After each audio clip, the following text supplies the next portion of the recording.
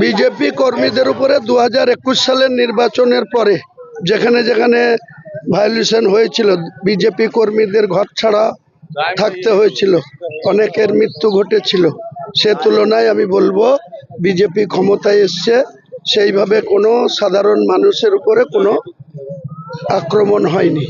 যারা অন্যায় করবে তার জন্য তারা ফিডব্যাক পাবে।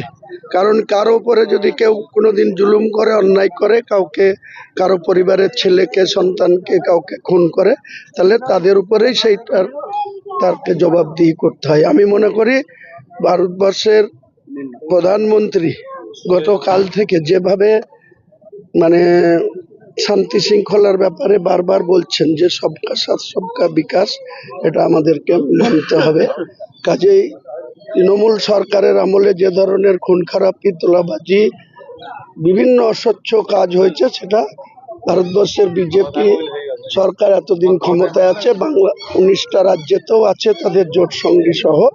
আমার মনে হয় বাংলাতে যদি তারা সেই ধরনের করে তাহলে মস্ত বড় ভুল করবে। তাহলে বাংলার মানুষ কিন্তু আবার শুরু থেকেই তাদের বিরুদ্ধে আন্দোলনে নামবে।